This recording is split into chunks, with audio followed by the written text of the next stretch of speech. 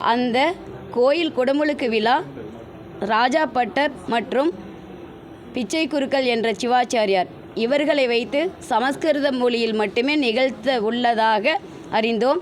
இதை நாங்கள் தமிழுக்குன்னு இருக்கக்கூடிய குருபீடங்கள் பெயரோ அல்லது தமிழ் வேள்வியாளர்களோ இடம்பெறாதது வருத்தத்துக்குரியது. தமிழக அரசு பல முறை நாங்கள் கோரிக்கை வச்சிருக்கிறோம். ஆணையர் அலுவலகத்திலும் கோரிக்கை வச்சிருக்கிறோம். பல முறை போராடி கொண்டிருக்கின்றோம். நாம் தமிழர் வீரத்தமிழர் முன்னணி சார்பாகவும் தெய்வத்தமிழ் பேரவை சார்பாகவும் இந்து வேத மறுமலர்ச்சி இயக்கம் சார்பாகவும் ஒவ்வொரு கோயிலையும் பல ஆண்டுகளாக போராடி தமிழ் வேத முறைப்படி வேள்வி நிகழ வேண்டும் என்பதை கேட்டுக்கொண்டு வலியுறுத்தி வருகின்றோம்.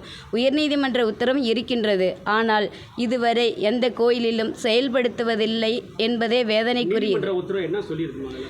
தமிழும் தமிழர்களும் முதன்மை பெற்று கருவறையிலும் வேள்வி சாலையிலும் கோபுர கலயத்திலும் தமிழ் வேதம் ஓதி பூசை நிகழ்த்தப்பட வேண்டும் என்பது உத்தரவாக இருக்கின்றது.